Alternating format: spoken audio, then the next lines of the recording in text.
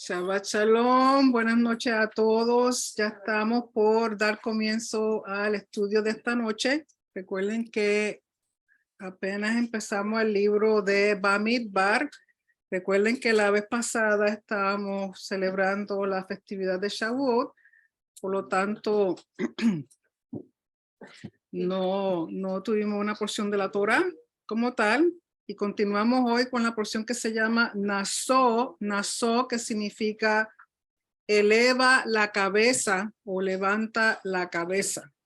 Y se encuentra en el libro de Bamidbar Números, capítulo 4, verso 21 al capítulo 7, verso 89. Pero antes de dar comienzo a la lectura, vamos a hacer la bendición de la Torah que dice: Baruch ata Adonai Eloheinu melech haolam asher bachar banu amin benatan lanu et torato. Baruch ata Adonai noten haTorah. Amén. Bendito eres tú, Señor Dios nuestro, Rey del universo, que nos ha escogido de entre todos los pueblos y nos dio su Torah. Bendito eres tú, Señor, dador de la Torah. Amén. Así que vamos a dar lectura a la porción esta noche. Esta porción tiene 18 mandamientos, de los cuales 7 son positivos y 11 son negativos. Así que 18 mandamientos en total. Y va a hablar de 2 ceremonias muy importantes, que una es sobre la mujer que se sospecha que ha sido infiel, y la otra es el voto nazareo. No nazareno, el voto nazareo. Así que vamos a dar comienzo, capítulo 4, con el verso 21. Y dice: además habló Hashem a Moisés diciendo: toma también el número o eleva la cabeza de los hijos de Gersón, según las casas de sus padres por su familia. Recuerden que la vez pasada, de los 3 hijos de Leví, habían hablado de las funciones, del rol que tenía Coat y sus hijos, que ellos estaban encargados de llevar los muebles del santuario. Ellos llevaban los muebles del lugar santo, el lugar santísimo. Cada vez que se movían, ellos tenían que llevarla y tenían que cargarla en sus hombros. Esa era su función. Y ahora vamos entonces a hablar de los otros 2 hijos, y el segundo es Gersón. Y dice que de edad de 30 años arriba hasta 50 años los contarás, todos los que entran en compañía para servir en el tabernáculo de reunión. De nuevo, los que van a trabajar en el tabernáculo van a tener de 30 a 50 años. Pero recuerden que ellos son separados y escogidos desde que tienen 30 días de nacidos. Pero para trabajar en el tabernáculo de 30 a 50 años. Este será el oficio de las familias de Gersón para ministrar y para llevar. Llevarán las cortinas del tabernáculo, el tabernáculo de reunión, su cubierta, la cubierta de pieles de tejones que está encima de él, la cortina de la puerta del tabernáculo de reunión, las cortinas del atrio, la cortina de la puerta del atrio que está cerca del tabernáculo y cerca del altar alrededor, sus cuerdas y todos los instrumentos de su servicio y todo lo que será hecho para ellos, así servirán. En otras palabras, Coat le toca lo que está dentro del Mishkan como tal, los muebles, y a Gersón le van a tocar lo que cubre el Mishkan como tal, todo lo que tenga que ver con cortinas y cobertura. Verso 27. Según la orden de Aarón y de sus hijos será todo el ministerio de los hijos de Gersón en todos sus cargos y en todo su servicio, y les encomendaréis en guarda todos sus cargos.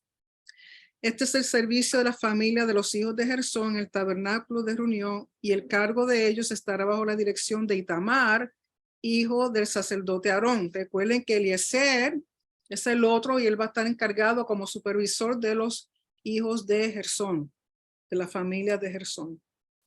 Ahora vienen los de Merari. Y se contarán los hijos de Merari por sus familias según las casas de sus padres. Desde el de edad de 30 años arriba hasta el de 50 años los contarás, todos los que entran en compañía para servir en el tabernáculo de reunión. Este será el deber de su cargo para todo su servicio en el tabernáculo de reunión. las tablas del tabernáculo, sus barras, sus columnas y sus basas, las columnas del atrio alrededor y sus basas, sus estacas y sus cuerdas, con todos sus instrumentos y todo su servicio. Y consignarás por sus nombres todos los utensilios que ellos tienen que transportar. Por lo tanto, lo que le toca a Merari viene siendo el esqueleto del Mishkan. Recuerde que comienzan de adentro hacia afuera, las coberturas y lo que mantiene lo que viene siendo como el esqueleto como tal, todo lo que sea tabla, todo lo que sea lo que aguanta el Mishkan como tal, eso le corresponde a la familia de Merari. Verso 33. Este será el servicio de la familia de los hijos de Merari para todo su ministerio en el tabernáculo de reunión, bajo la dirección de Itamar, hijo del sacerdote Aarón. También van a estar supervisados por Itamar. Moisés pues y Aarón y los jefes de la congregación contaron a los hijos de Coat por sus familias y según las casas de sus padres. Desde el de edad de 30 años arriba hasta el de edad de 50 años, todos los que entran en compañía para ministrar en el tabernáculo de reunión. Y fueron los contados de ellos por sus familias 2,750 de Coat. Estos fueron los contados de las familias de Coat, todos los que ministran en el tabernáculo de reunión, los cuales contaron Moisés y Aarón, como lo mandó Hashem por medio de Moisés. Y los contados de los hijos de Gersón por sus familias, según las casas de sus padres, desde el de edad de 30 años arriba hasta la edad de 50 años, todos los que entran en compañía para administrar en el tabernáculo de reunión, los contados de ellos por sus familias, según las casas de sus padres, fueron 2,630. Estos son los contados de las familias de los hijos de Gersón, todos los que administran el tabernáculo de reunión, los cuales contaron Moisés y Aarón por mandato de Hashem. Y los contados de las familias de los hijos de Merari, por sus familias, según las casas de sus padres, desde el de edad de 30 años arriba hasta el de edad de 50 años, todos los que entran en compañía para administrar en el tabernáculo de reunión, los contados de ellos por sus familias fueron 3,200. Estos fueron los contados de las familias de los hijos de Merari, los cuales contaron Moisés y Aarón, según lo mandó Hashem por medio de Moisés. Todos los contados de los levitas que Moisés y Aarón y los jefes de Israel contaron por sus familias y según las casas de sus padres, desde el de edad de 30 años arriba hasta el de edad de 50 años, todos los que entraban para administrar en el servicio y tener cargo de obra en el tabernáculo de reunión, los contados de ellos fueron 8,580, el total de levitas.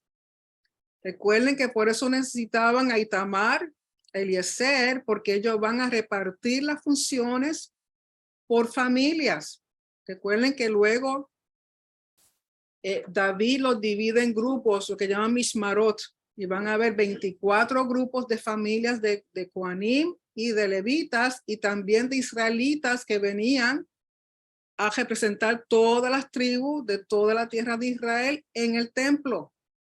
Entonces, si habían 24 familias, 24 turnos, cada semana había un cambio de familia. Ahora, cuando eran las festividades grandes, las festividades de peregrinaje, todos tenían que aparecer porque recuerden que eran las festividades en las cuales todas las familias, los varones tienen que presentarse y era mucha gente y muchas ofrendas, por lo tanto iban a necesitar a todos los que estaban disponibles en toda la tierra de Israel, tenían que ir al templo. Pero aquí en este momento hay 8,580 levitas y recuerden que los levitas fueron asignados a Aarón y a sus hijos para ayudarlos, para servirles. Como lo mandó Hashem, verso 49, por medio de Moisés fueron contados cada uno según su oficio y según su cargo, los cuales contó él como le fue mandado. O sea, cada grupo, cada familia tenía una función, un rol y un propósito. Capítulo 5. Hashem habló a Moisés diciendo, manda a los hijos de Israel que echen del campamento a todo leproso, a todos los que padecen flujo de semen y a todo contaminado o muerto. Recuerden que eso va a ser con respecto a el espacio sagrado. Y voy a tratar de dibujar aquí, y si pueden ver.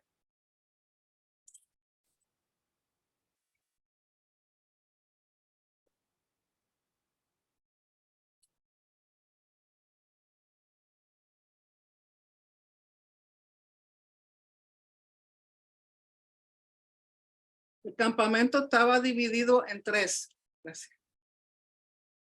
Estaba el Mishkan, que constaba de el lugar santo y el lugar santísimo.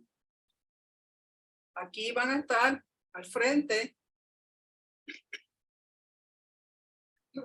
Aarón, Moisés y los hijos de Aarón. En el segundo campamento van a estar los levitas. Y en las afueras de los levitas va a estar el pueblo. Y cada campamento va a tener su grado de santidad. Este es más santo, menos santo, menos santo.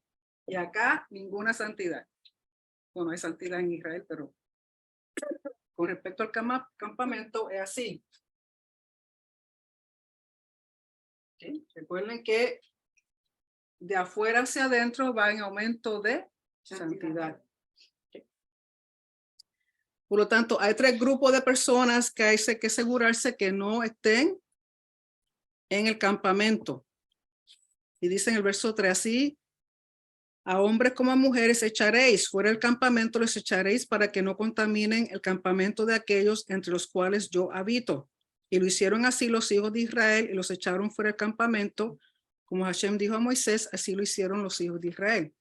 Aquí no lo explica, pero cuando usted va y estudia los mandamientos, te deja saber que el leproso, como representa muerte, el que más contaminado está en términos de comparación con aquel que tiene flujo de semen y aquel que está contaminado con muerte. ¿Sí? El leproso no puede estar ni aquí, ni aquí, ni aquí. Así que el leproso hay que sacarlo fuera por completo del campamento. ¿Okay? Porque él representa muerte. Por eso estaba fuera, aislado por completo, porque era como si fuera un zombie, estaba muerto en vida. El que tiene flujo de semen, el que hay impureza ritual, por ejemplo, el que tiene flujo de semen, una mujer con menstruación, pueden estar aquí y aquí, en el 3 y en el 2. ¿Okay? Y aquel que está contaminado con muerto no puede estar aquí. Entonces, así como la santidad es de mayor a menor, el que más contaminación tiene va a ser de mayor, bueno, hasta cierto punto, porque el que se contaminó con muerto es la peor en el sentido de que no puede entrar a este lugar. No puede entrar donde está el Mishkan. ¿Sí? Si que te nombra el leproso, no puede estar en ninguno de los tres campamentos.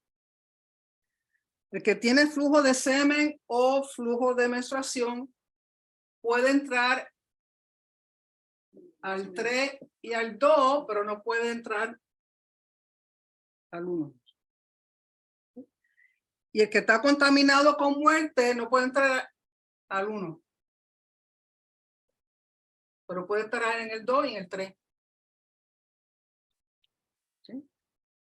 Porque en lugar de mayor santidad no puede haber nada que represente muerte, por lo tanto una persona, por eso, ejemplo, cuando los sacerdotes tenían un pariente que fallecía, el sacerdote regular podía irse de luto para su papá, su mamá, sus hijos, su esposa. Pero el sumo sacerdote no podía contaminarse por ninguno de ellos.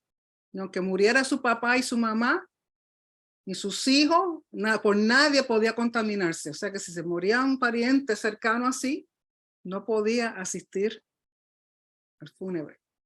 ¿Okay? porque tiene que ver con santidad. Por lo tanto, según se menciona ahí, van a ser de acuerdo a los campamentos. Está el campamento en los mandamientos y también en la Mishnah dice el campamento de la Shejina, campamento Leviim y campamento de Israel. Porque aquí no te lo explica, simplemente te dice así, pero tiene que ver con los grados de santidad dentro del campamento. Luego te habla en los versos 5 al 10 sobre la restitución. Además habló Hashem a Moisés diciendo, di a los hijos de Israel, el hombre o la mujer que cometiera alguno de todos los pecados con que los hombres prevarican contra Hashem y delinquen. ¿Ok? El hombre o la mujer que cometiera alguno de todos los pecados con que los hombres prevariquen contra Hashem y delinquen.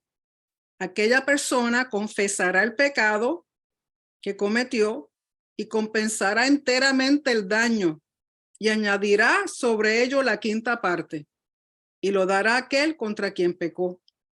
Y si aquel hombre no tuviere pariente al cual sea resarcido el daño, se dará la indemnización del agravio a Hashem, entregándola al sacerdote, además del carnero de las expiaciones o de purificación, con el cual hará expiación por él.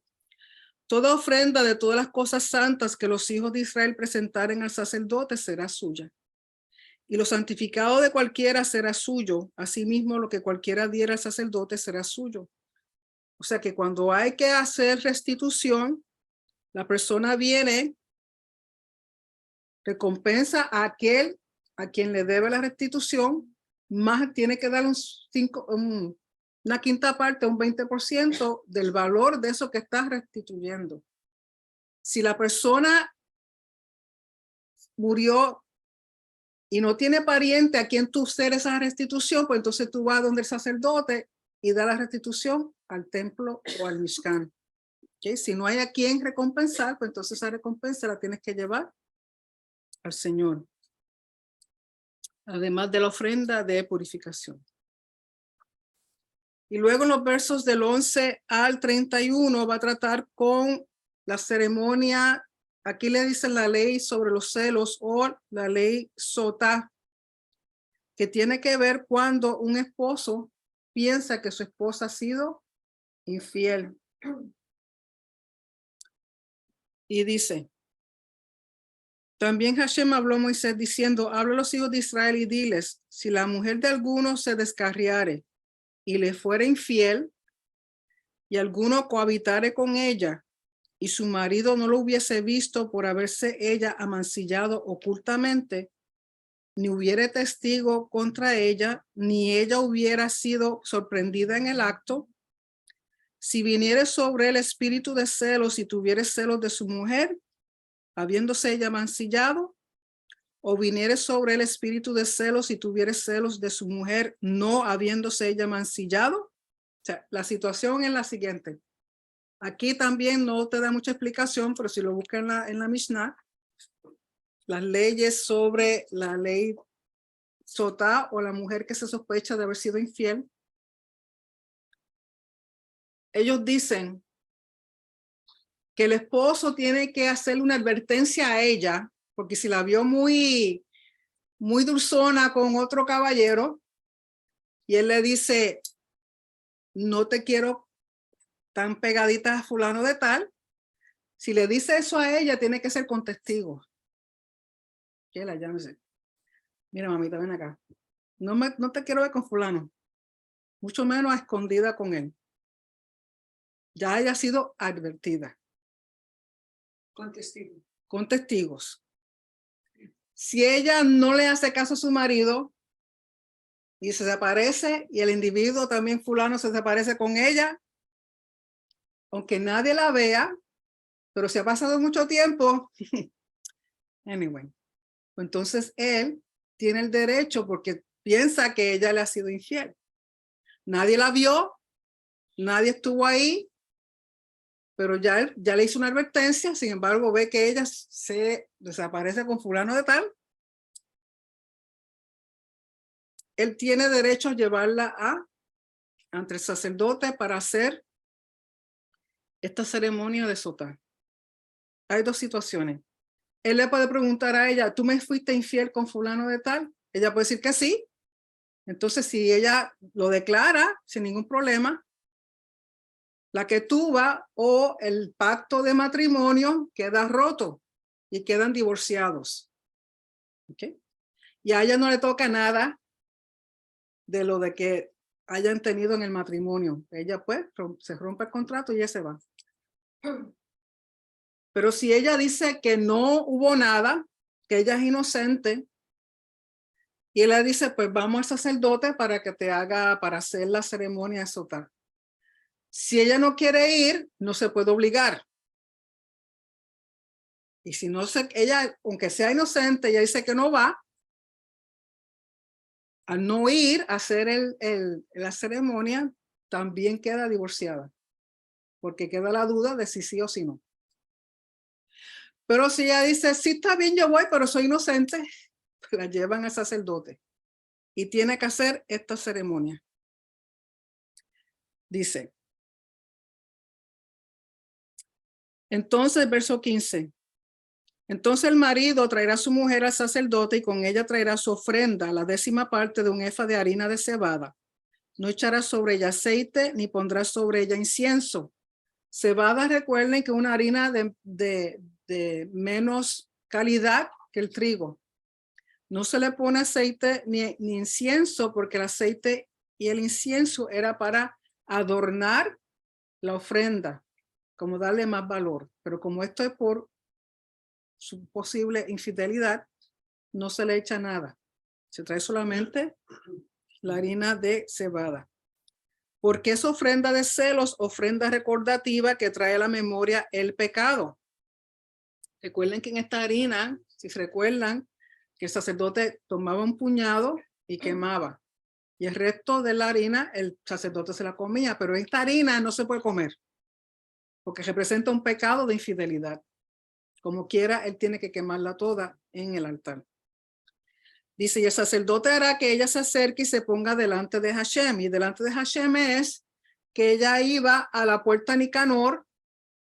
Y en la puerta Nicanor se iba a hacer esta ceremonia. Conforme a lo que dice el Mishnah, era permitido que las mujeres de la ciudad o mujeres que la conocían o mujeres de la comunidad podían estar presentes a la ceremonia para que escarmentaran si salía porque que si era infiel lo que le va a pasar a ella.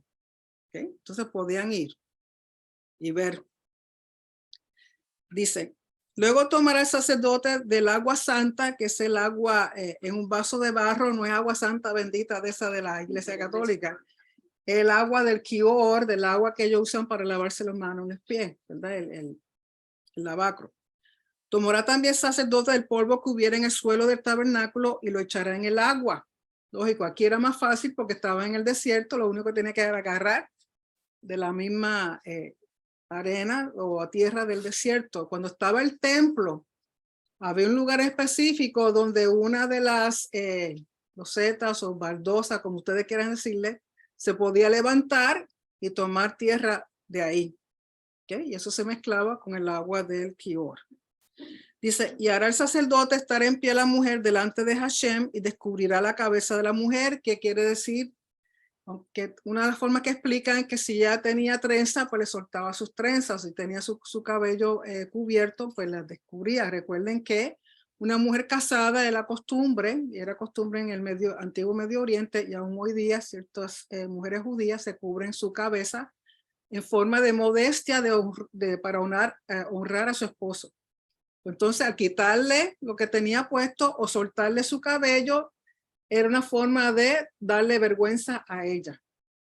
Y pondrá sobre sus manos la ofrenda recordativa, que es la ofrenda de celos, y el sacerdote tendrá en la mano las aguas amargas que acarrean maldición. Otra cosa que hacían, que aquí no creo que no lo dice, es que al vestido de ella se lo desgarraba. Pero para evitar que el traje se le cayera, lo que tenía encima se le cayera, tomaban una soga, supuestamente una soga de Egipto, si no había soga de Egipto, pues otra soga, y la amarraban por encima de su busto para evitar que lo que tenía se le cayera y no así, porque dicen ellos para no provocar a los sacerdotes jóvenes. Pero como quiera les desgarraban su vestido. También recuerden que es una forma de luto, una forma de humillación. Y dice, después que hacía esas cosas, él le pone la ofrenda en las manos a ella.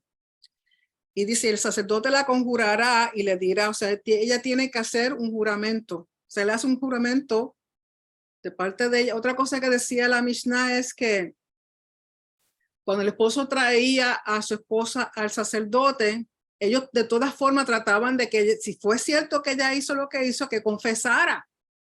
Que confesara. ¿Por qué? Porque recuerden que parte de la ceremonia, ellos tienen que tomar, que lo dice aquí, escribir un pergamino, las maldiciones, y dentro de esas maldiciones, no es que sea una maldición, pero Hashem dice que las maldiciones, tales maldiciones te van a seguir porque hiciste esto y aquello y lo otro. En ese pergamino iba a ir el nombre de Hashem y tiene que ser borrado en las aguas.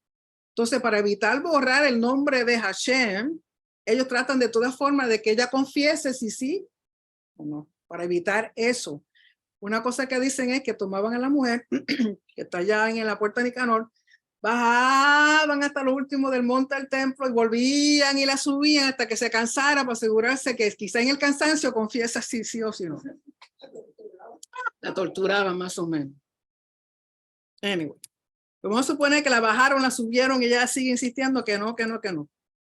Y el sacerdote la conjurará y le dirá, si ninguno ha dormido contigo y si no te has apartado de tu marido a inmundicia, libre sea de estas aguas amargas que traen maldición.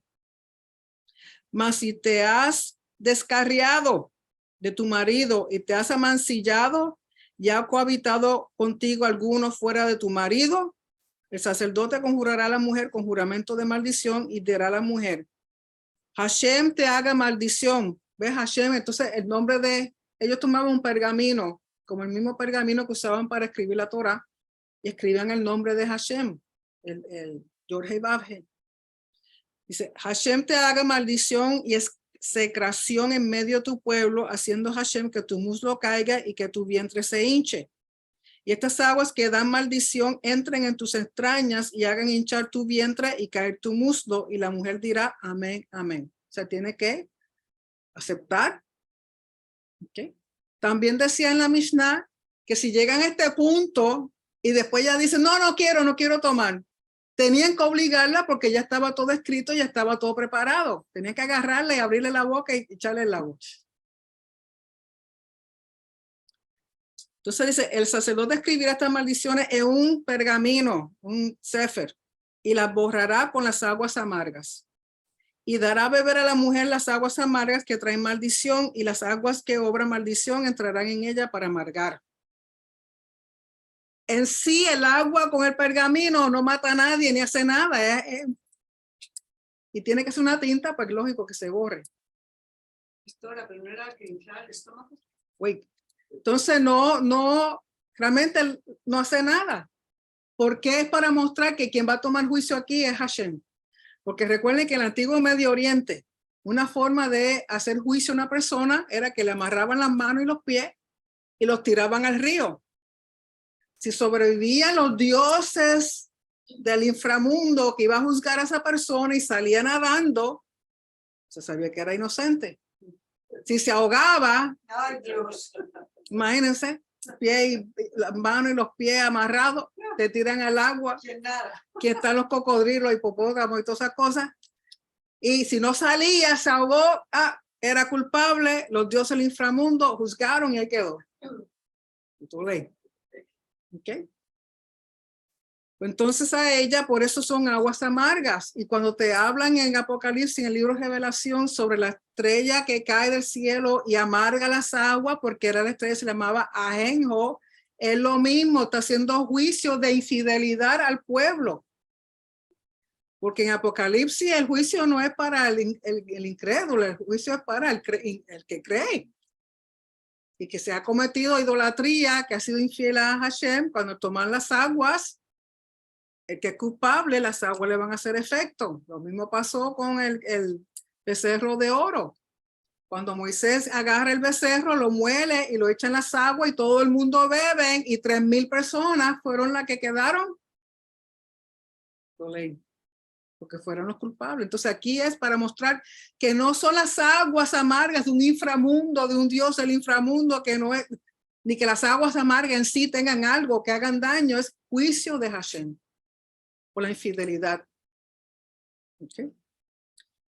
Entonces dice, y que si van a entrar en tus entrañas, que da a entender que va a afectar el cuerpo completo, hinchar tu vientre y caer tu muslo. Y en la Mishnah te lo explican de dos formas. Uno te lo dicen que lo que significa que esa persona, esa mujer va a quedar estéril por el resto de su vida, no va a poder tener hijos, que es la vergüenza más grande en este tiempo, no tener hijos. Otros dicen, me acordé de una película que estaba viendo, que si ella se la toma y es culpable, empieza que la agarran y la sacan rápido para que no muera en el templo. Que se le viran los ojos, se le salen, o sea, bien. De nuevo, son interpretaciones de los sabios, son formas como ellos pensaban que surgían las cosas.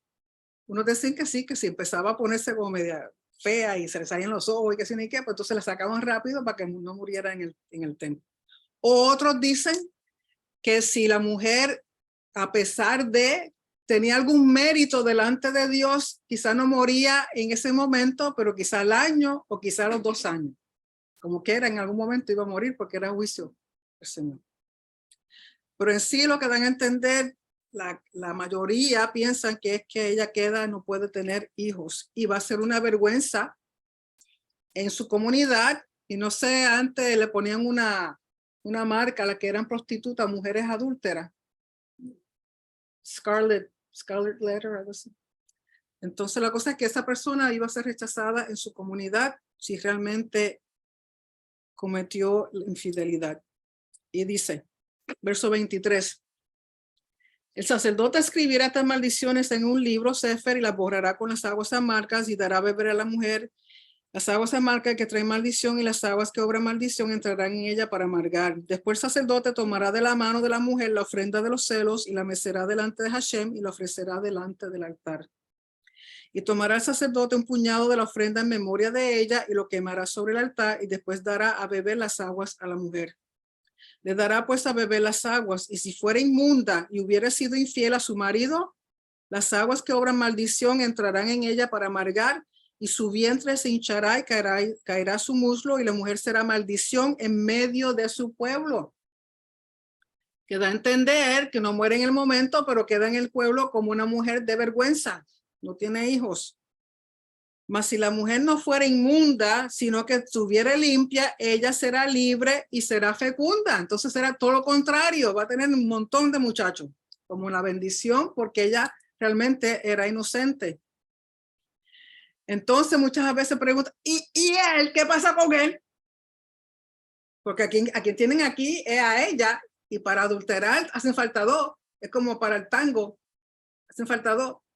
Por lo tanto, la Mishnah te dice que si ella es culpable, el momento que la maldición cae sobre ella al tomarse las aguas, el individuo que cometió adulterio con ella también le pasa lo mismo. Él no se libra, a pesar de que él no es traído, porque recuerden, si 2 personas son tomadas en el acto de adulterio, ¿cuál es el castigo? Muerte. Pero aquí la traen solamente a ella, su esposo, porque sospecha. Si es cierto, pues le sucede un montón de cosas y también al individuo con quien ella tuvo relaciones fuera del matrimonio. Si ella es inocente, no pasa nada y ella queda bendecida y tiene hijos y después cuando llega a la casa le da un sartén al marido por no creer en ella. Esa es mi versión. Verso 29, está la ley de los celos cuando la mujer cometiera infidelidad contra su marido y se mancillare, o del marido sobre el cual pasara espíritu de celos y tuviere celos de su mujer. La presentará entonces delante de Hashem y el sacerdote ejecutará en ella toda esta ley. El hombre será libre de iniquidad y la mujer llevará su pecado. O sea, si ella es culpable, el esposo, ese matrimonio se deshace, él queda libre y ella queda marcada para siempre. Pero esto es importante leer en la Mishnah porque hay mucho más envuelto en esta ceremonia. ¿Okay? Como dije, dependiendo de si sale culpable o no, van a ser las consecuencias. Luego tenemos lo que se llama el voto de los nazareos. Tiene que ver con espacio sagrado, tiene que ver con santidad. Dice, habló Hashem a Moisés diciendo, habla a los hijos de Israel y diles, el hombre o la mujer que se apartare haciendo voto de nazareo, no nazareno, voto de nazareo para dedicarse a Hashem, se abstendrá de vino y de sidra, no beberá vinagre de vino, ni vinagre de sidra, ni beberá ningún licor de uvas, ni tampoco comerá uvas frescas ni secas. O sea, no puede tomar ni comer ningún producto que sea de la uva. No importa en qué forma, ya sea fresca, ya sea seca, ya sea como vinagre, ya sea como vino, ya sea como jugo, de ninguna forma puede comer o tomar ningún tipo de producto de la uva. Todo el tiempo de su nazareato, de todo lo que se hace de la vid, desde los granillos hasta el ojello, no comerá. Y en términos de el tiempo que hace este voto, si la persona no decía por cuánto tiempo lo va a hacer, se sobreentendía que el mínimo son 30 días. El voto de nazareato, lo mínimo que se puede hacer es por 30 días. Verso 5, todo el tiempo el voto a su nazareato no pasará navaja sobre su cabeza hasta que sean cumplidos los días de su apartamiento a Hashem, será santo, dejará crecer su cabello. O sea, una persona que toma este voto es para dedicarse a Hashem y entra en un estado de santidad muy parecido al del sumo sacerdote. Así que no puede tomar o comer nada que tenga que ver con la uva. No puede recortar su cabello hasta que sea cumplido el voto. Y en el verso 6 dice, todo el tiempo que se aparte para Hashem no se acercará persona muerta, ni aun por su padre ni su madre, ni por su hermano ni por su hermana podrá contaminarse cuando mueran, porque la consagración de su Dios tiene sobre su cabeza. Como el sumo sacerdote no podía contaminarse por un pariente, madre, padre, hijos, porque dice, lleva la consagración de su Dios sobre su cabeza. Recuerden que el sumo sacerdote llevaba una diadema que decía santo a Hashem. Entonces el pelo de este individuo viene siendo como esa corona que se ponía el sumo sacerdote. Es una persona que dice apartarse para Hashem, limitándose a estas cosas, llega a un nivel de santidad como el sumo sacerdote. Okay. Dice, todo el tiempo de su nazareato será santo para Hashem. De nuevo, mínimo 30 días. Estaba leyendo también en la Mishnah. Ustedes saben que Sansón, desde que su mamá quedó embarazada, cuando el ángel le dijo que iba a tener un hijo, y le dice que no puede tomar ella nada de sidra, ni de vino, ni de nada de ningún producto de uva, y le dice, porque tu hijo desde el nacimiento será de nazareo. ¿Okay? Por eso Sansón tenía su pelo largo. Pero otra cosa que estaba diciendo en un comentario dentro de la Mishnah era que Sansón no podía comer nada de uvas, ni producto de uvas, ni recortarse su pelo, pero sí se podía contaminar por muerto, porque ustedes recuerdan que él mató a un montón de filisteos. ¿Okay? En él había esa excepción, porque recuerden que él fue escogido, además de ser nazareo, como juez de Israel, y tuvo que pelear contra los enemigos de Israel. ¿Okay? Entonces hay dos tipos bueno, hay tres tipos de voto. Aquel que está determinado, un tiempo determinado, que puede ser de 30 días o más. Tú puedes decir, voy a hacerlo por 60 días, por 90 días, por un año, 10 años, whatever. ¿Okay? También hay lo que se llama el voto de Sansón, en que la persona, si hace un voto de Sansón, significa que va a ser nazareo por el resto de su vida. Y en ningún momento puede cortarse el pelo. A diferencia de aquel voto que es permanente. Ejemplo, cosas que uno lee a veces y no se da cuenta. Ustedes saben, el hijo de David, Absalón, que tenía tanto pelo que huyendo se quedó enredado en un árbol y quedó colgado y lo matan. ¿Okay? Absalón había tomado un voto nazareo permanente en el sentido de, cuando es permanente pueden hacer esto. Tampoco pueden comer ningún producto de la uva. Dejan su pelo crecer, pero el que es permanente, voto permanente, una vez al año se puede recortar el pelo. Y traer la ofrenda que tiene que traer. Y que no termina el voto, pero sí puede recortarse porque dan a entender. Entonces, algo que hacía Absalón, porque recuerden que Absalón lo describen como bello, hermoso, precioso, el más lindo de todo Israel. Y su pelo era fabuloso, así como Fabián. Fabio. Uno de esos. Dice en el mismo, cuando uno está leyendo, que uno no se percata de eso, de que él todos los años se recortaba el pelo, y como era tanto el pelo que él tenía, que él lo pesaba y después se echaba, se hacía de orgulloso de que, miren todo el pelo que yo he recortado. Entonces se deja crecer el pelo de nuevo, pues es que una vez al año él se recortaba el pelo. Era un voto nazareo, pero que por siempre, pero que sí podía, como no era un voto de Sansón, podía recortarse el pelo una vez al año. O sea que son cosas que uno no se percata, al menos que uno lea esas diferencias en la Mishnah. Dice, todo el tiempo de su nazareato será santo para Hashem. Verso 9 del capítulo 6. Si alguno muriere súbitamente junto a él, su cabeza consagrada será contaminada. Por tanto, el día de su purificación raerá su cabeza, al séptimo día la raerá. En otras palabras, una persona que está haciendo un voto de nazareo, súbitamente se le muere a alguien al lado, él se contamina, tiene que recortarse el pelo y hacer la ceremonia de las aguas de purificación, que son las aguas con la ceniza de la vaca roja, al tercer día y al séptimo día. Y el día octavo traerá 2 tórtolas o 2 palominos al sacerdote a la puerta del tabernáculo de reunión. Recuerden que en el atrio de las mujeres habían 4 cámaras, y una de esas cámaras era para el leproso y otro era para él que venía a entregar el voto nazareo. Y si el sacerdote ofrecerá el uno en purificación y el otro en holocausto, y hará expiación de lo que pecó a causa del muerto y santificará su cabeza en aquel día. O sea, una vez hace eso, puede entonces comenzar de nuevo su voto. Verso 12, consagrará para Hashem los días de su nazareato y traerá un cordero de 1 año en expiación por la culpa, y los días primeros serán anulados por cuanto fue contaminado su nazareato. En otras palabras, tiene que volver a empezar.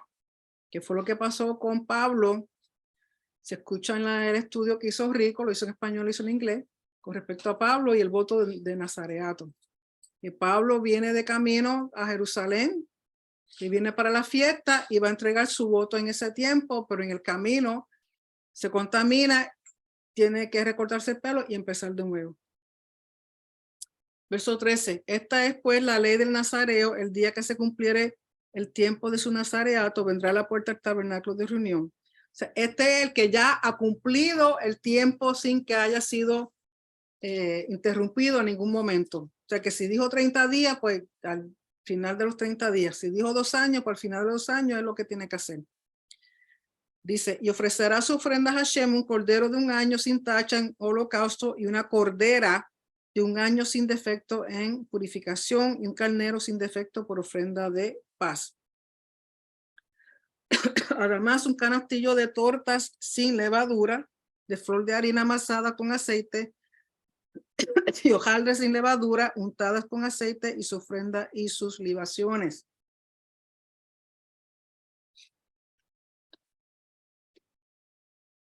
Por lo tanto,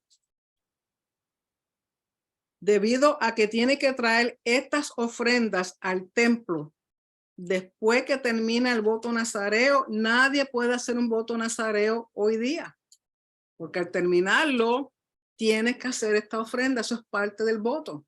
Si el templo no está, no puede hacerlo. Sin embargo, en la Mishnah dice que si una persona fuera de Israel hace el voto, cuando está por terminarlo o lo terminó ya, tiene que mudarse a Israel y esperar hasta que el templo se levante. Entonces hacerla. Verso 16.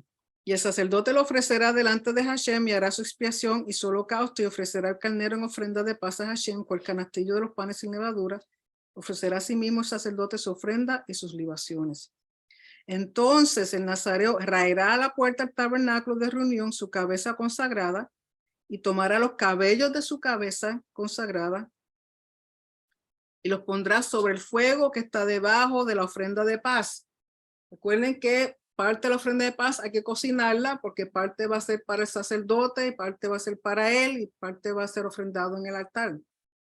En la olla que están cocinando lo que se va a comer, no dentro de la olla, sino en el fuego que está calentando la olla, él tiene que poner el cabello que se recortó. ¿Okay? Recuerden que al ser eso es una transición, es un momento de transición porque está pasando de un estado de santidad a de nuevo un estado común. ¿Okay? Ya terminó su periodo de santidad por su voto y representa una transición, un cambio. Después tomará el sacerdote la espaldilla cocida del carnero, una torta sin levadura del canastillo y una hojaldre sin levadura y las pondrá sobre las manos del nazareo después que fuere raída su cabeza consagrada. Y el sacerdote mecerá aquello como ofrenda mecida delante de Hashem, lo cual será cosa santa del sacerdote. Además del pecho mecido y de la espaldilla separada, después el nazareo podrá beber vino. Una vez el nazareo hace todo esto, entonces ya puede volver a su vida cotidiana y tomar su vinito. Esta es la ley del nazareo que hiciere voto de su ofrenda a Hashem por su nazareato, además de lo que sus recursos le permitieren, según el voto que hiciere, así hará conforme a la ley de su nazareato. Y usualmente cuando se hacían votos así, aprovechaban subir a una de las festividades grandes para entonces conjuntamente durante el tiempo de la fiesta cumplir con su voto, que fue lo que hizo Pablo. Pablo iba hacia Shavuot e terminó su ofrenda de nazareato ahí en Jerusalén. Luego los versos 22 al 27 es lo que se conoce como la bendición sacerdotal. Dice, Hashem habló a Moisés diciendo, habla a Aarón y a sus hijos y diles, así bendeciréis a los hijos de Israel diciéndoles, Hashem te bendiga y te guarde, Hashem haga resplandecer su rostro sobre ti y tenga de ti misericordia. Hashem alce sobre ti su rostro y ponga en ti paz. Y pondrán mi nombre sobre los hijos de Israel y yo los bendeciré. O sea que a través de los sacerdotes que Hashem bendice al pueblo. Cuando el templo estaba levantado, era la única vez que los sacerdotes podían darle la espalda al lugar santo. Ellos se paraban en los escalones frente al velo grande que daba entrada al lugar santo y mirándose al pueblo, bendecían al pueblo porque era Hashem a través de ellos. Y recuerden que es un mandamiento a Aarón y a sus hijos. También la Mishnah estaba diciendo que estos versos de esta bendición se tienen que hacer en hebreo. Porque hay ciertas cosas dentro de la Torá, ciertos versos, ciertas bendiciones, ciertas cosas que se leen o que se dicen que por obligación tienen que ser en hebreo. Y eso está en la Mishnah. Y una de ellas es esto. Y sobre la bendición sacerdotal podemos estar una semana entera hablando de ella, pero no tenemos tiempo para eso ahora mismo. Quizá un día esto me hago una clase separada. Capítulo 7. Aquí va, este capítulo trata entonces que después que todo está terminado, que todo está ungido, que todo está levantado, los líderes traen ofrendas al Señor. Dice, aconteció que cuando Moisés hubo acabado de levantar el tabernáculo y lo hubo ungido y santificado, con todos sus utensilios, y asimismo ungido y santificado el altar y todos sus utensilios, entonces los príncipes de Israel, los jefes de las casas de sus padres, los cuales eran los príncipes de las tribus que estaban sobre los contados, ofrecieron y trajeron sus ofrendas delante de Hashem, 6 carros cubiertos y 12 bueyes, o sea, 6 carretas o carretones, como ustedes quieran llamarle. Por cada 2 príncipes un carro y cada uno un buey, y los ofrecieron delante del tabernáculo.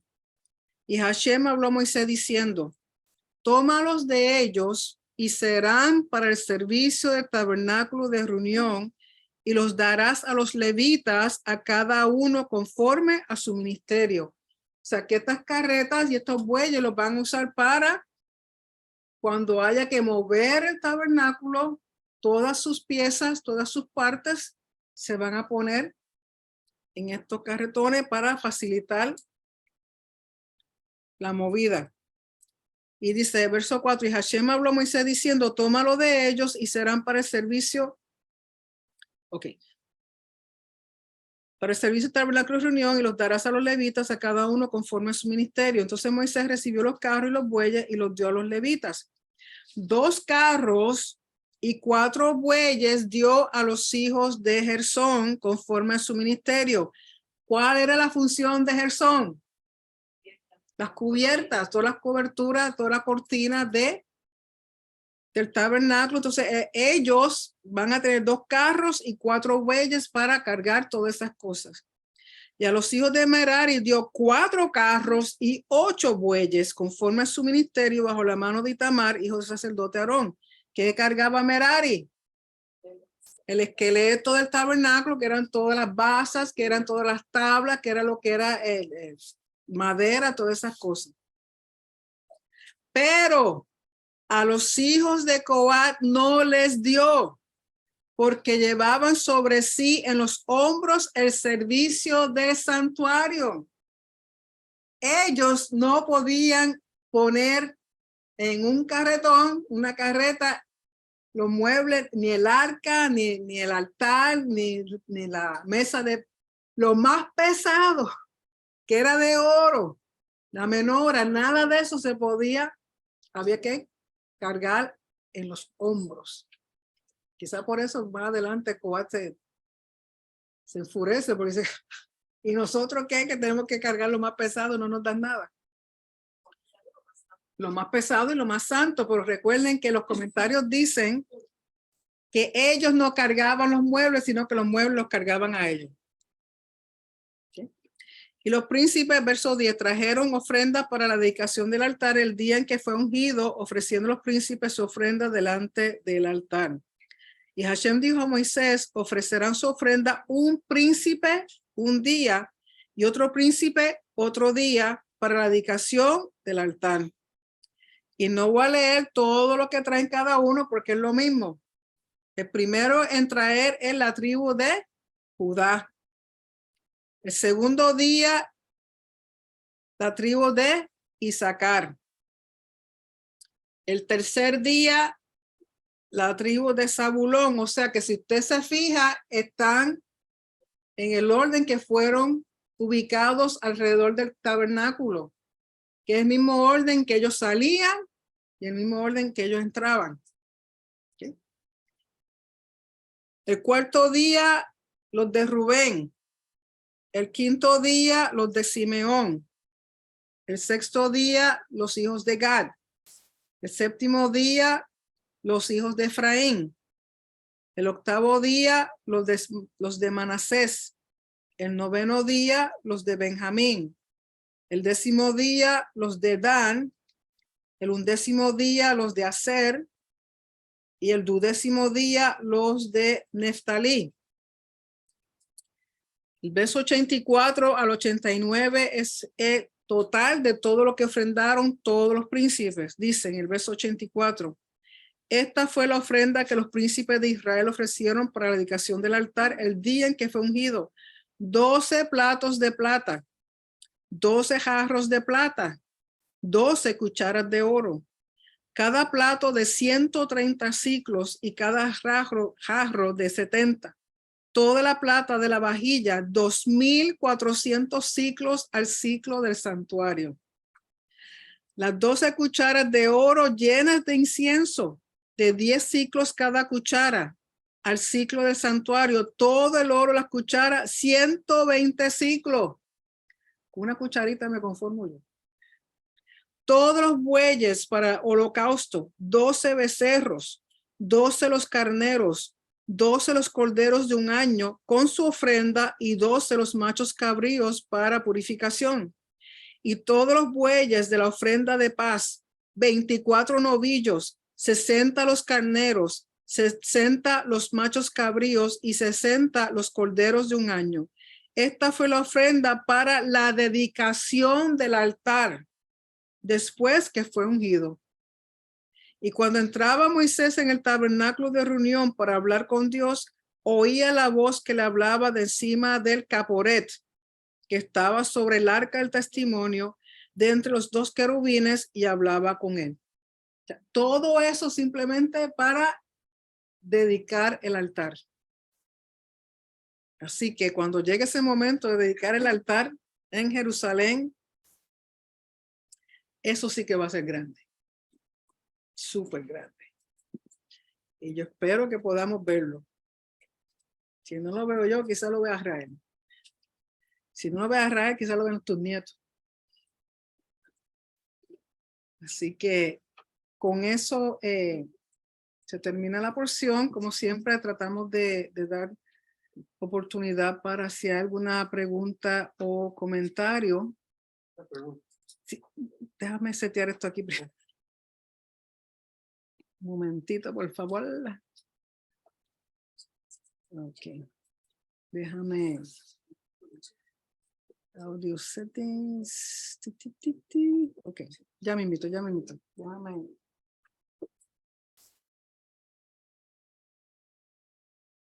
Diga, joven. Hay varias cosas que noté mientras explicaba. Por ejemplo, el leproso que no puede entrar. Yo sé que hay escritos en que se habla que Isaías 53 que describe a Yeshua. Sí, como el Mesías leproso, sí. Pero el leproso que ellos piensan que atribuyen ese capítulo fue el que pudo entrar al Santo de Santos después de ser crucificado. Se abrió el velo del templo.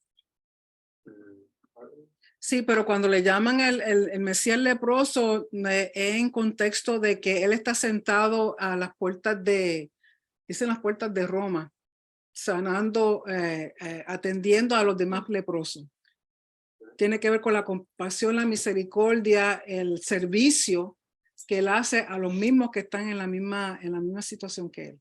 Y la segunda es, pues, ¿cuál es la relación están hablando del voto nazareno con el Nazareo? Con el nazareo, en los evangelios dice que él será llamado nazareno. ¿Él será nazareno? Nazareno una cosa, nazareo es otra, porque el nazareno de Yeshua, sí, y la forma en que se escribe en el hebreo te hace la distinción. Acuérdate que estas son traducciones. El nazareno viene de la palabra netzer, Natzeret, que es el pueblito, y nazareo viene de nazir. Son parecidos, pero no son iguales y tienen diferentes significados. Entonces, el llamarlo nazareno no es nazareo, es nazareno porque viene del pueblo de Nazaret, que tiene que ver con netzer. Okay. Entonces, nazir, el voto nazareo. Suenan, en la traducción suenan parecidos, pero no, en hebreo son diferentes. Ok. Déjame ver qué dice aquí. Pero dice los tres fuera del campamento cuando eso les pasaba y no podían ni debían entrar. De nuevo, así lo explica la Biblia, así lo leemos en la Biblia, pero cuando uno va a la Mishnah y lee detenidamente la explicación del mandamiento, lo explica así.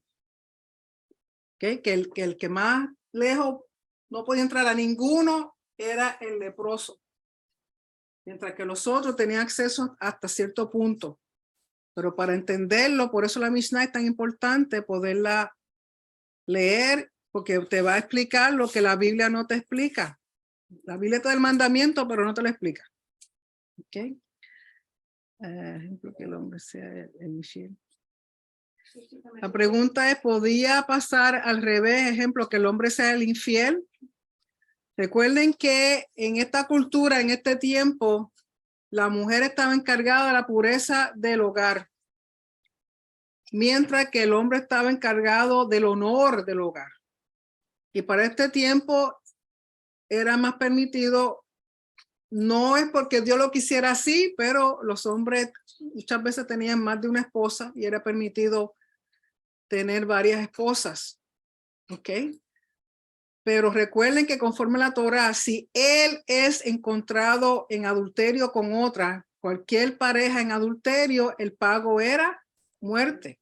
Por lo tanto, cuando eran vistos, había testigos de que si estaba cometiendo adulterio, el pago para ambos era muerte. Aquí en el caso es que el esposo sospecha. ¿Okay? Al hombre en esta época le era permitido muchas cosas, pero no era porque la Torá lo decía así, sino porque era lo hacían conforme a la cultura. ¿Ok? Pero tanto hombre o mujer que se hayan encontrado en adulterio, que hayan habido testigos, el pago era muerte. En este caso, la ley es para la mujer, porque la mujer era responsable de la pureza de su hogar. ¿Ok? Déjame que otra pregunta sea. ¿Ustedes tienen preguntas? Yo preguntar eso que te preguntaba, que si las sospechas eran de ella hacia él. Pero ya tú contestaste. No, el problema es con ella. Porque la mujer es la que se supone la que mantiene la pureza del hogar. Representa la pureza en el hogar. Lógico, a Dios no quiere infidelidad de ninguno. Porque mismo Yeshua decía que causa para divorcio tenía que ser infidelidad. Pero en el sistema jurídico de Israel, conforme a la Torá, tenían que haber testigos y tenía que hacerse un juicio. Y una vez ese juicio se encontraba culpable las personas, el pago era muerte. ¿Ok? ¿Cuándo el voto permanente? Cualquier voto nazareo, ya sea permanente o ya sea conforme a Sansón o ya sea determinado por un tiempo dado, 30, 60 o cuantos días sean, si la persona quedaba contaminada por muerto, tenía que empezar de nuevo. Tenía que hacer el rito de la purificación, de las aguas de purificación y hacer las ofrendas que dice la Torá. Y luego seguía su voto. En términos del permanente y de Sansón, la diferencia es que el que hace un voto permanente puede recortarse el pelo una vez al año. Mientras que se hace un voto conforme a Sansón, nunca puede recortarse su pelo. Es la diferencia. Y de nuevo, esas cosas están en la Mishnah. Dice, ese cabello recortado por un año tenía que ir al templo o fuera quemado. Supongo que tenía que ir al templo porque no estoy muy segura si, imagino que con el permanente, voto permanente y el voto de Sansón no se recortaba, el permanente se podía recortar, supongo que sí, lo llevaba al templo, no estoy segura. No mencionan eso, pero me imagino que se deduce que sí, porque es parte del procedimiento, pero porque recuerda que el pelo se recortaba cuando terminaba el voto. Si no ha terminado el voto, era simplemente recortarse el pelo para evitar el peso. Si le molestaba, porque en aquel entonces parece que los hombres tenían mucho cabello. Pues entonces, para evitar el peso, podían recortarse una vez al año, pero no están terminando el voto. El pelo se recortaba y se llevaba al templo. Digo, se iba al templo y se recortaba el pelo cuando entregaba el voto. ¿Ok? Déjame ver otra cosa. ¿Qué? Bla, bla, bla, bla, bla. ¿Por qué no era juzgado el hombre con que se sospechaba que engañaba al marido o la mujer?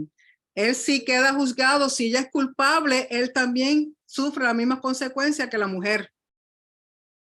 No es traído al templo, porque la ley es que el esposo el que tiene sospecha y la trae a ella. Por la misma razón, ella es la que conserva la pureza del hogar. Pero si ella es culpable, la maldición que le cae a ella también le cae a él donde quiera que se encuentre.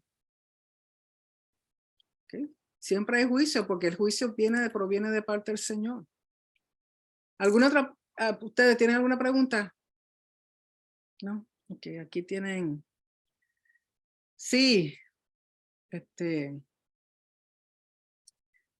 Torah, estudio Torah. Shalom, shalom, doctora. Shalom, ¿cómo Pastora. estás? Muy bien, ya sabes, saludos de aquí desde Phoenix, Arizona. Una pregunta, doctora. Sí. Pastora, la bendición sacerdotal solo la puede hacer los levitas en estos tiempos.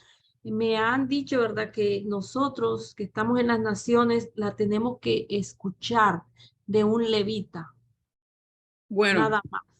si Gracias. están reunidos en una asamblea, por ejemplo, en un Shabbat o una asamblea de una festividad, quien hace la bendición debiera ser no levita, sino un sacerdote.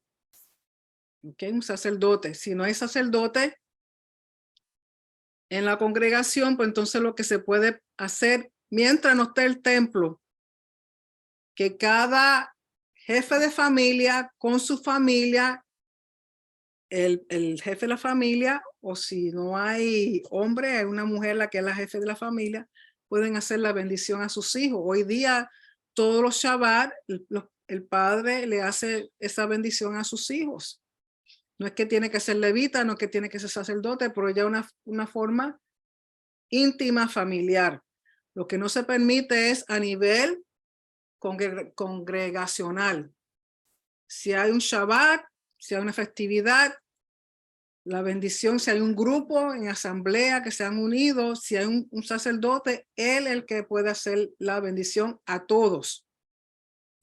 Si no hay sacerdote, pues entonces se hace por familia, cada familia lo hace con ellos mismos. No es declarado a la congregación completa.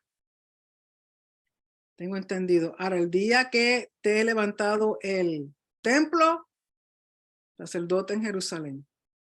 Cuando el templo esté levantado, por lo menos el altar comienza a funcionar, van a cambiar muchas cosas. Muchas cosas.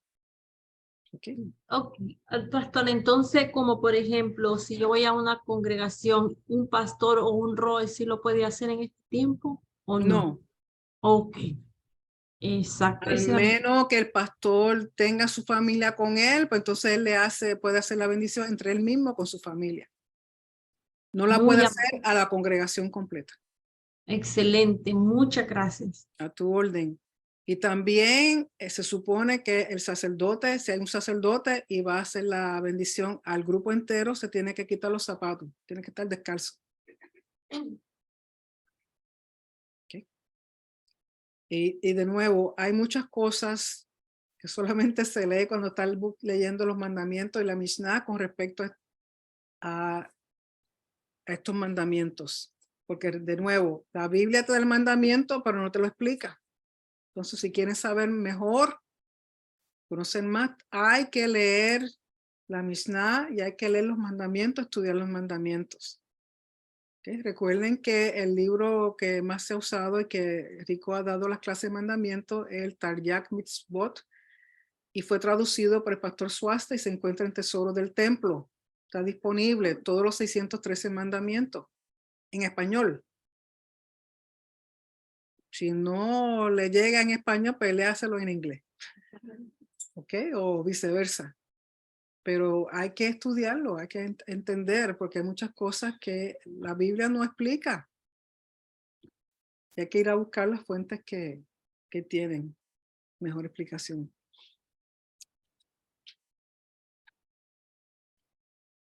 Dice, el sidur diario tiene la bendición, no la debemos decir aunque se esté solo. Si lees bien lo que dice el sidur, si está usando el Corén te explica que es un sacerdote el que hace la bendición. Y si usted es un sacerdote que está haciendo la bendición, tiene que haber un mínimo de 10 varones para poder declarar la bendición al grupo.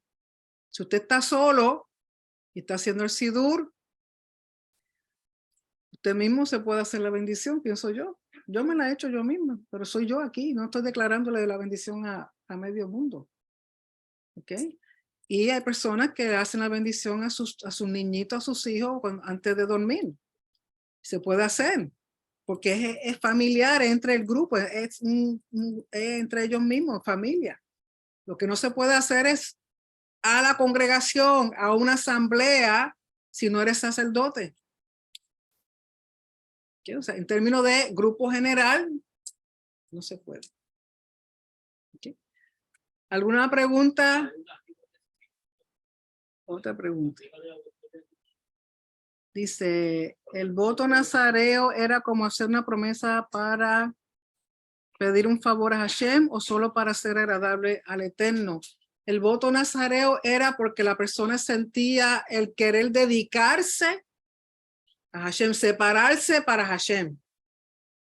Y entre esa separación que implica santidad, un nivel de santidad más alto, evitaba no tomar y comer nada que fuera de uva, ni recortarse el pelo, ni contaminarse con muerto. Es una dedicación de separación para con Hashem. No es un voto como te enseñaba en el otro campamento, que hacía un voto, te vestía de un hábito, de un saco, no. Es que tú quieres una separación, tú quieres una distinción de separación de santidad a Hashem.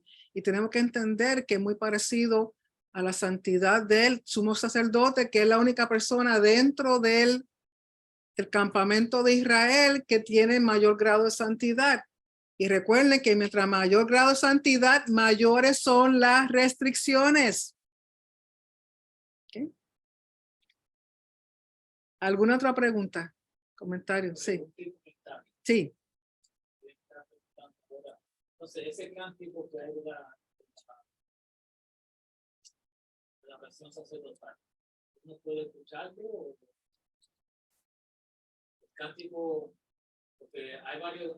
Sí, hay varios cánticos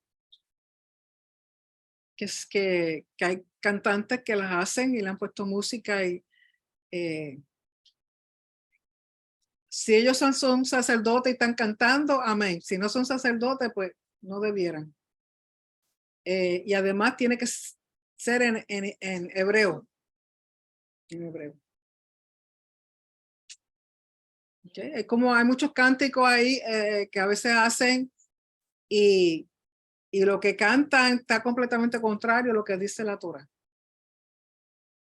Como de Paul Wilbur que entra al lugar santísimo. No, sorry, no entra nadie más que el sacerdote, sumo sacerdote. Sí. Sí, Joshua Aaron, no sé si es sacerdote, si tiene herencia sacerdotal, no sé. El comentario de sí. La tarea que tiene que estar. Sí, cada hijo de Leví, cada levita. Recordé una vez en Discovery Channel que hicieron Alfonso Scott Collins. En un solo día había cuatro eventos: el circo, básquetbol, hockey y un concierto. Y se veía como cada equipo venía. Eso era un orden.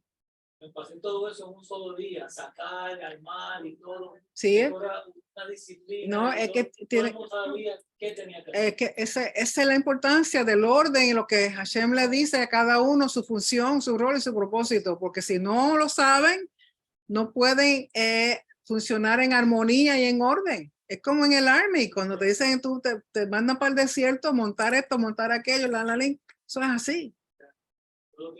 Todo tiene su lugar, su función, sí, porque si no, no funciona. O sea, el propósito del templo era funcionar como una ciudad en orden y en armonía. Cada cual tenía su lugar, su función y cada cual sabía. Por eso cuando leamos lo de Coat, el querer usurpar la posición del sumo sacerdote, eso es lo que trajo un desorden.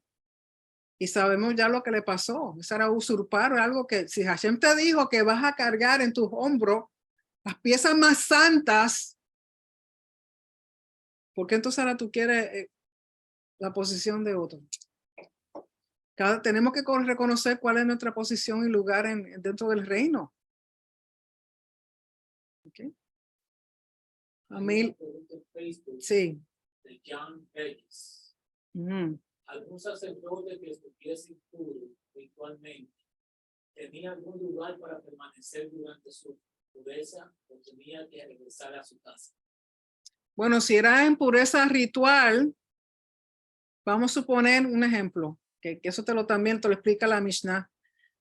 Si un sacerdote o levita está trabajando su semana de trabajo en el templo, está durmiendo y por X o Y razón tiene un flujo seminal, ese individuo tenía que salir por una parte que no contaminara nada, ir a hacerse un mikvah. Y después que se hacía el mikvah, tenía que irse a un sitio a esperar que abrieran la puerta para él poder salir, porque queda impuro hasta que caiga el sol. Después que caiga el sol, entonces podía regresar. Tiene que salirse del templo. ¿Okay? Eso es impureza ritual. Y eso todo está descrito en el libro de Levítico, toda esa impureza, cuál era el protocolo con respecto a cada una de ellas. Y para más detalles, de nuevo, tenemos que leer la Mishnah y tenemos que leer los mandamientos.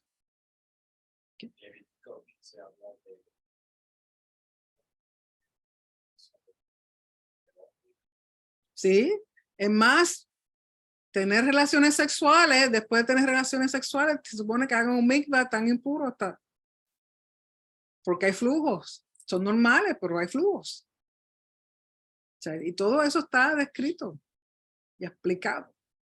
Familia Bazán. Sí, un momentito, déjame darle aquí a Bazán. Shalom, pastor, ¿cómo está? Bien, ¿y tú cómo estás? Bien. Justo la pregunta que íbamos a hacer, justo la que dio el hermano ahí. Ah, sí. Sí, acerca de la impureza ritual. Digamos, en el caso del desierto, ¿a dónde iban? En el caso del desierto, por impureza ritual, y yo me imagino la cantidad de israelitas y cómo estaba montado el campamento y serían varios kilómetros alrededor para salir fuera del campamento. Sí, pero recuerda que el desierto no es como nosotros lo pensamos. Había sitios que había agua y había árboles, o sea, no era que era completamente arena. Había sitio para ellos hacer un mikvah o bañarse, porque acuérdate que cuando ellos van a recibir la Torá, el Señor que le dice, laven su ropa y lávense ustedes, báñense. Claro. Okay, o sea, que hay sitio para hacerlo. Lo que pasa es que uno se imagina un desierto como el Sahara, que lo que hay es arena, arena, arena y no hay nada más. Pero cuando habla de desierto, como estaba explicando al principio, en inglés hay un término wilderness, que es un sitio que no es habitable, pero que tampoco es simplemente arena. Hay poco árbol, hay poca agua, pero sí hay. Así que tienen que tener, porque el Señor les dijo, laven su ropa y hagan un mikvah. Claro, y en el caso de Israel, y claro, y en el monte Sinaí dicen que Moisés, cuando acerca del becerro de oro, él tiró los polvos en el agua. Entonces había agua. Exacto. Es más, describen que había como un riachuelo que salía del monte de Sión, salía como un riachuelo. Entonces él usa esa agua, le echa el becerro molido y todo el mundo a beber. Y pastora, en el caso de Israel, en Israel, cuando ya están en la tierra, ¿serían los muros? ¿Serían los límites del campamento? Bueno, también la Mishnah te explica hoy día lo que viene siendo donde está el tabernáculo como tal, viene siendo el templo, el tope del templo, donde hoy día lamentablemente está la cosa esa, la mosca esa. Pues esa área ahí viene siendo donde va el templo, viene siendo el campamento número 1, el campamento Shejina. Del monte, déjame ver, del monte hacia las murallas, de la ciudad de Jerusalén viene siendo el campamento de los levitas. Y después de las murallas en adelante, el campamento de Israel. O sea, porque aún hoy día te explica en términos de santidad. Es más, la Mishnah te dice de que una mujer en menstruación no puede subir al monte. Aún hoy día, a pesar de que no está las aguas de purificación y tampoco allí mismo no hay mucho mikvah, pero hay mikvah dentro de la sinagoga y cosas así. Que una mujer que está menstruando no debiera ni siquiera subir al monte. Porque a pesar de que está lo que está allí, la santidad del sitio sigue. ¿Ok? O sea, Entonces eso no puede decir que la mujer que tocó a Yeshua en los flecos no estaba dentro de Jerusalén. no tiene que haber estado fuera. No recuerdo bien dónde estaba Yeshua cuando eso ocurrió. Me parece que estaba en Galilea, era, no me acuerdo ahora mismo.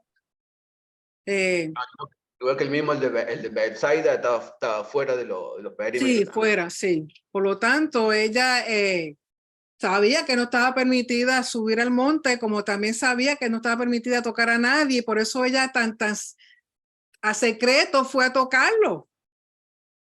Okay, ella sabía la Torah, ella sabía el mandamiento.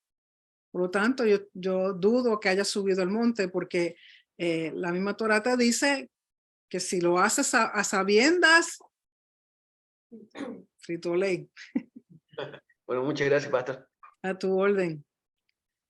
Sí, dime, Franklin. Ya contestaron una. Okay.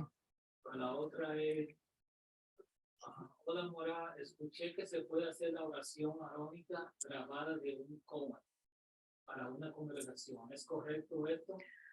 No te sé decir. Rico me ha dicho que sí. ¿Sí? Se puede grabar de un Cohen que hay grabada, uno puede conseguir en YouTube y la puede escuchar. Si es un Cohen. Si es un sacerdote, sí, seguro que es un sacerdote, por ejemplo, ok, yo no estoy segura, pero si Rico dice que se puede hacer, pues entonces. En el servicio de Walter no la hacen. No, la hacen Cohen. Un Cohen. Sí. Sí, si la tienes grabada por un Cohen.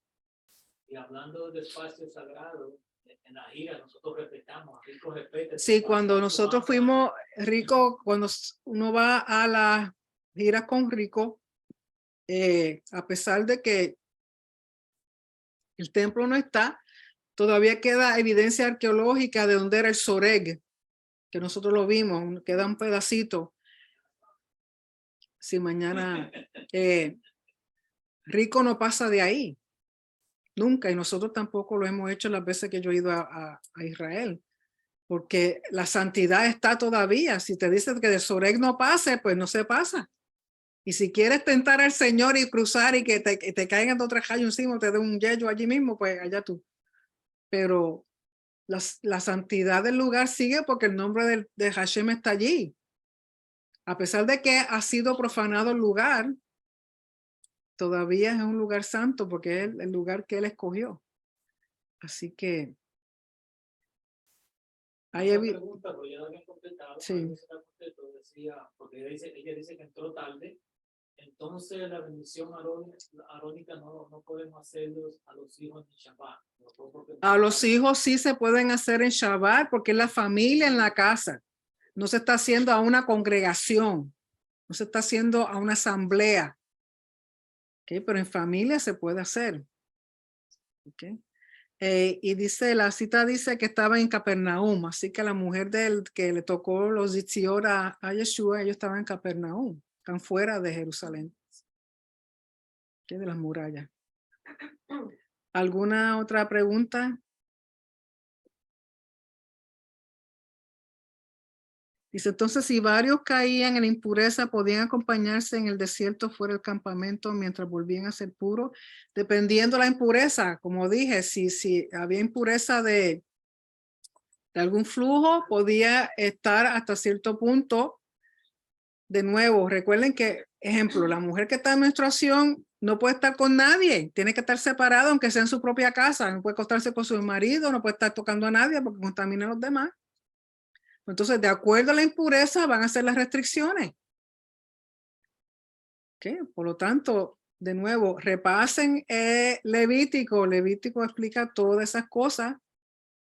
Y si quieren aún mayor explicación del mandamiento, la Mishnah o el libro que habla sobre los mandamientos. O sea, hay mucho más que simplemente las porciones que leemos. Sí, en Tesoro del Templo está Rico, ha hecho un trabajo fabuloso y no solamente él, también la Mora Lisa y el More Rafi en Tesoro del Templo. Todo esto está ahí ya disponible.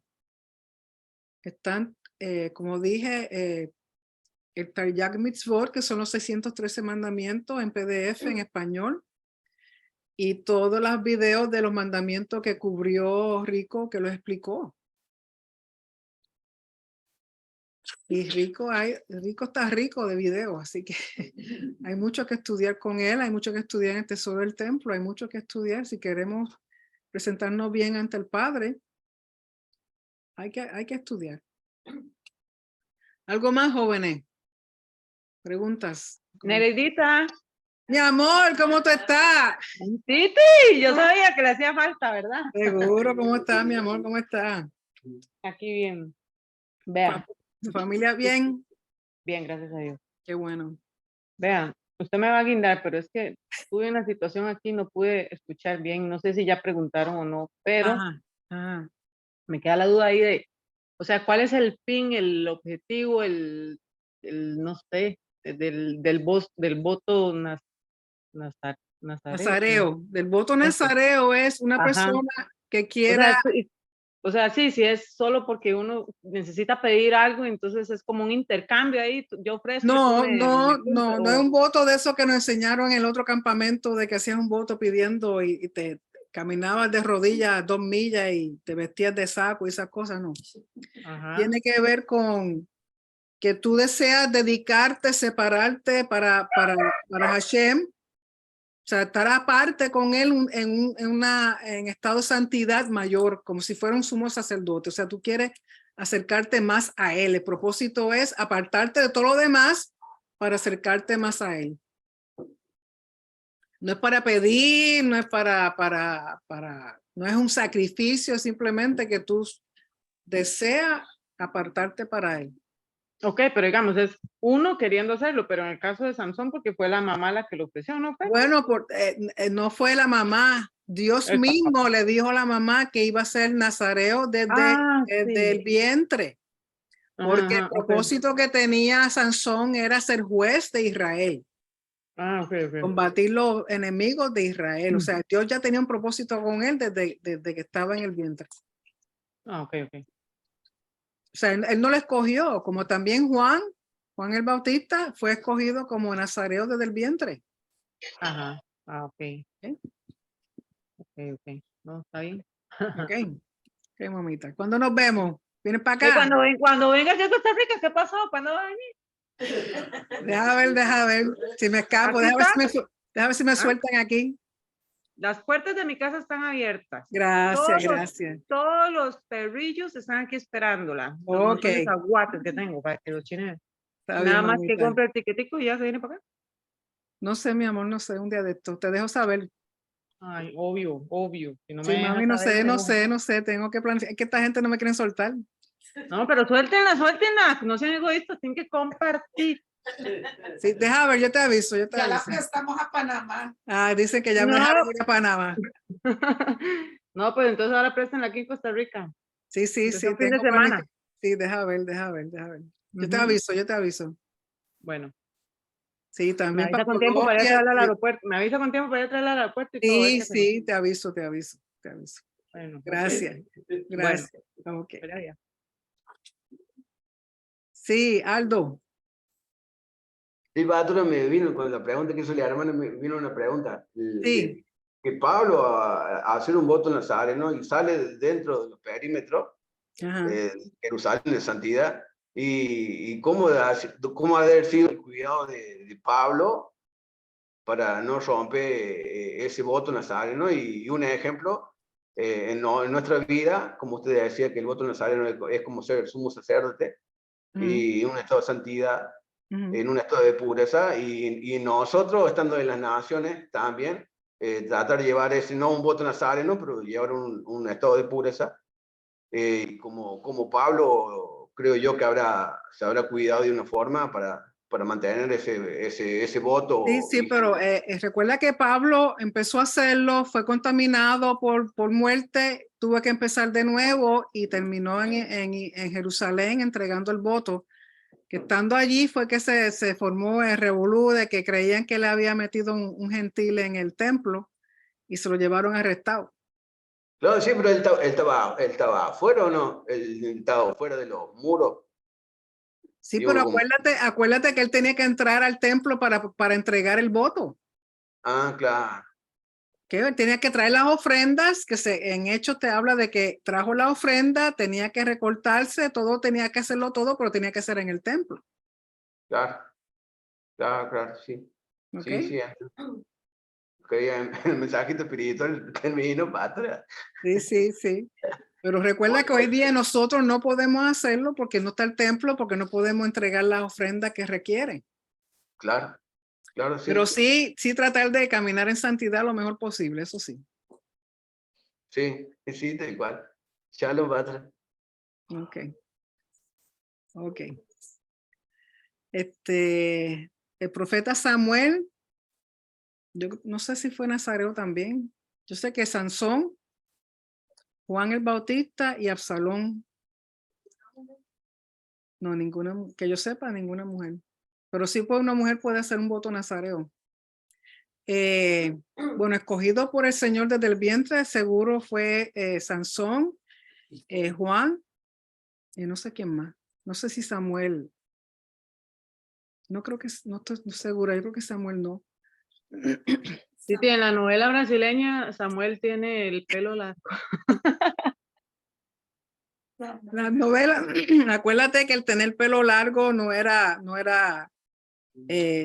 parte. Samuel estuvo en el Mishkan, en el tabernáculo, no podía tener el pelo largo.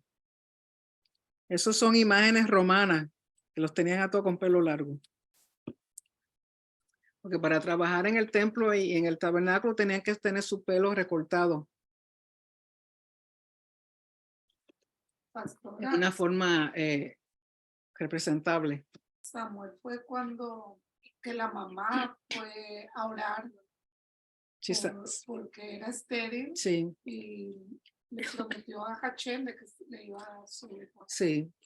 Hannah, su mamá, estaba estéril, pidió por un hijo y quedó embarazada y ella se lo había dedicado a Hashem para que trabajara en el tabernáculo. Sí. Shiloh. ¿Sí? ¿Algo más, jóvenes? Si no, recuerden que mañana por la mañana Shaharit con el Pastor Vargas a las 9 y luego a las 4 de la tarde tendremos nuestro servicio de Minjá. Y para después de Minjá, los que se queden aquí, Franklin va a enseñar las fotos de Israel. Así que, Tati, vente para que veas la foto mañana. Yo llego. Ya voy a comprar el tiquete. Así que vamos a ver alguna de las fotos mañana por la tarde. Si ustedes están interesados, lo que vimos en Israel, pues vamos a estar aquí después del Minjá. ¿Ok? Así que si no hay nada más, mis hijos, muchas gracias. Shabbat Shalom. Gracias, Shabbat Shalom. Mañana, si el Señor nos permite, que descansen. Shabbat Shalom. Shabbat Shalom. Shabbat Shalom. Las oraciones de Shaharit a las 9 de la mañana van a Shabbat ser Shalom. transmitidas por Zoom. Sí, por Zoom con el Pastor Vargas. Shabbat Shalom. Perfecto, Shabbat Shalom, Nereida, un abrazo. Ok, Shabbat Shalom. Shabbat Shalom. Shabbat Shalom.